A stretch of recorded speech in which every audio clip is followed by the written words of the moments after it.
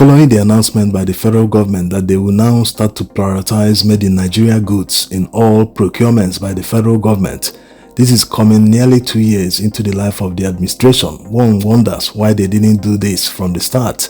Imagine the billions they've spent purchasing vehicles alone the past 2 years. Imagine if these billions went to Innoson, Nord, Peugeot and all other local manufacturers of vehicles in Nigeria.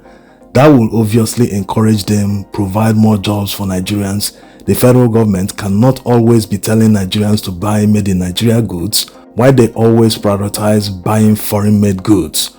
All these Toyota Land Cruisers and Lexus Jeeps they buy every year, they ensure they spend millions of dollars from scarce foreign exchange in Nigeria that manufacturers can't even have access to. But they spend this money abroad, making sure that foreign companies continue to provide employment for their own people, continue to grow their own economies, while Nigeria's economy continue to suffer. People are out of jobs. The remaining manufacturers in Nigeria continue to close shop and move abroad. This is common sense. Why didn't they start from the start? Anyway, Atiku Abubakar has reacted to the federal government statement telling Tinubu to trade his Escalade for Innoson motors. Reacting to the release by the federal government, Atiku released a statement through his special assistant on public communication, Frank Shaibu. He said, "The Tinubu administration's latest Nigeria First mantra, paraded through the Federal Executive Council, is nothing but another tired PR stunt designed to deceive, not deliver. Nigerians have grown weary of hollow speeches. If this government is truly serious about local content and economic patriotism, it must start at the very top. We challenge President Tinubu to stop the noise and trade in his beloved Escalade for an Innoson, Nord, or any made in Nigeria car. That single act will do more to promote local industry than 1,000 policy memos. Let's see the ministers, those shameless Rolls-Royce connoisseurs, sweat it out in Nigerian-made vehicles too. Or is Nigeria first only for the masses? And speaking of double standards, it's time Mr. President shelves his love affair with Paris and London. If he's serious about patriotism, his next vacation should be at Obudu Cattle Ranch, Yankari Game Reserve, or Erin Ijesha Waterfalls. Nigeria is beautiful, unless, of course, the president thinks otherwise. More importantly, the era of jetting off for medical tourism while preaching self-reliance must end.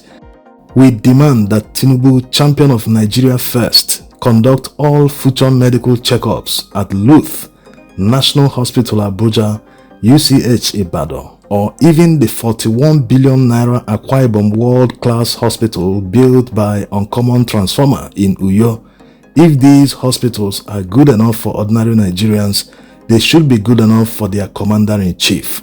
Anything less is sheer hypocrisy. This government's addiction to foreign luxuries while demanding sacrifice from suffering Nigerians is the height of insincerity. True leadership isn't photo ops or sound bites. It's setting the tone. For example, Nigeria deserves real commitment, not this never-ending charade.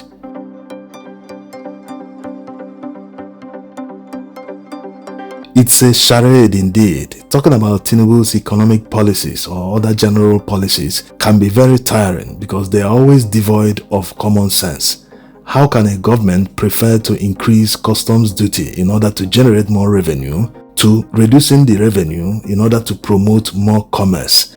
And you know that once commerce is improved in Nigeria, the economy benefits. The more people shop, even shopping ordinary groceries or other products in the market, the more the economy booms. No one eats the money raw, no. That should be the focus of the government, making sure that they don't ever stifle commerce. They make sure people are able to shop till they drop. The more they shop, the more government makes money, the more they collect taxes, the more the economy booms, the more the money circulates to everyone. Yes, whatever you are doing as a business, you're offering a service. Once someone spends money somewhere, there's every likelihood that that money will circulate to your own service. That's how the economy works. So the government must make policies that always promote commerce. Take the transport sector for instance. The more people bought these vehicles to go to work or anywhere they want to go, the more transport operators make money. And the more they buy petrol, the more filling stations increase their revenue. The more they visit mechanic workshops, the more they buy vehicle parts, the more they buy tires or visit vulcanizers. You see the chain reaction, it flows. And ultimately, the more the government makes money, because all those tax collectors along the roads that vehicle operators pay money to every day, the more the vehicle runs. Instead of most of the time when you come out in the afternoon, you see public transport vehicles that are parked by the roadsides. Normally, that shouldn't exist. Nigeria has a huge population, a very huge market. People should be on the move 24 hours a day. But that's not the situation. So the government should make sure that people are always on the move. They should be targeting things that will make economy always on the move. Now, let's use this simple analogy to show how to grow the economy. When someone is sick, it means his immune system can no longer defend him. It has been overwhelmed by external infection. At a point when someone is sick, he might even need blood to be injected into his system in order to revive him. Now, in order to treat that person, he needs something external. Since all his internal defense are down, he needs something external like a medicine or anything to revive him. His internal systems can no longer support his life. Now, to how that relates to the economy. Tinubu met what can be said to be a sick economy. But now he has taken that sick economy to comatose level. As a sick person needs external injection or blood to survive, so the Nigerian economy needs external support. It needs life support to survive. It needs injection of capital to increase production, because the economy is sick. People don't have money to start production anymore. You need to inject that capital for them to survive.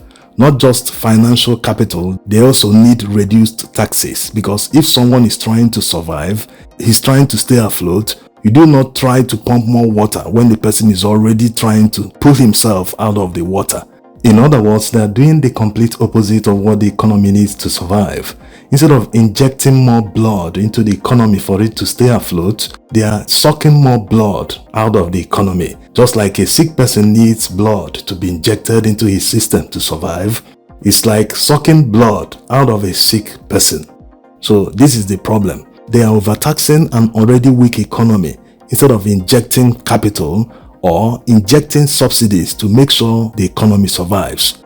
Most manufacturers depend on petrol to run their generators to power their operations, but they increase the price of petrol.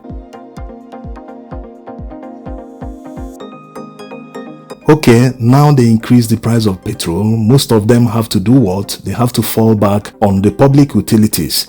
Of course, you know the power generation is very epileptic, it's not even available.